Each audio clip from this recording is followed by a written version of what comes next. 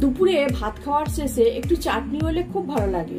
তো আজই বানিয়ে ফেলুন আপনারা প্লাস্টিক চাটনি। প্লাস্টিক চাটনি বানানোর জন্য একটু জল গরম করে নিয়েছি, আর এরকম পেঁপেগুলো খুব পাতলা করে কেটে নিয়েছি। এবার এই জলে একটু ভাপিয়ে নেব, দিয়ে একটু চাপা দিয়ে দেবো, দিয়ে একটু হালকা করে একটু ভাপিয়ে নেব। পেঁপেগুলো সেদ্ধ হয়ে গেছে, অল্প সিদ্ধ করে নিয়েছি পেঁপেগুলো। একটা প্যান নিয়েছি, এবার একটু জল দিয়ে দেবো, দিয়ে হাফ বাটির মতো চিনি নিয়েছি, চিনিটা জলের মধ্যে দিয়ে দিলাম। অল্প একটু নুন দিলাম, দুটো এলাচ দিলাম, কাজু দিলাম, আর এক মুঠো কিশমিশ দিলাম।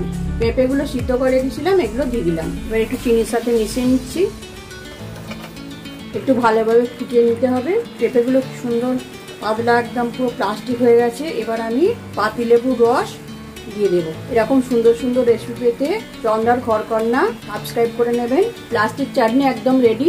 আমি এবার গ্যাসের ফ্লেমটা বন্ধ করে দেবো, আর একটা এরকম চাপা দিয়ে রাখবো, ঠান্ডা পর্যন্ত চাপা দিয়ে রাখবো। দেখুন প্লাস্টিক চাটনি কত সুন্দর হয়েছে। এরকমভাবে আপনারা বাড়িতে অবশ্যই প্লাস্টিক চাটনি তৈরি করবেন।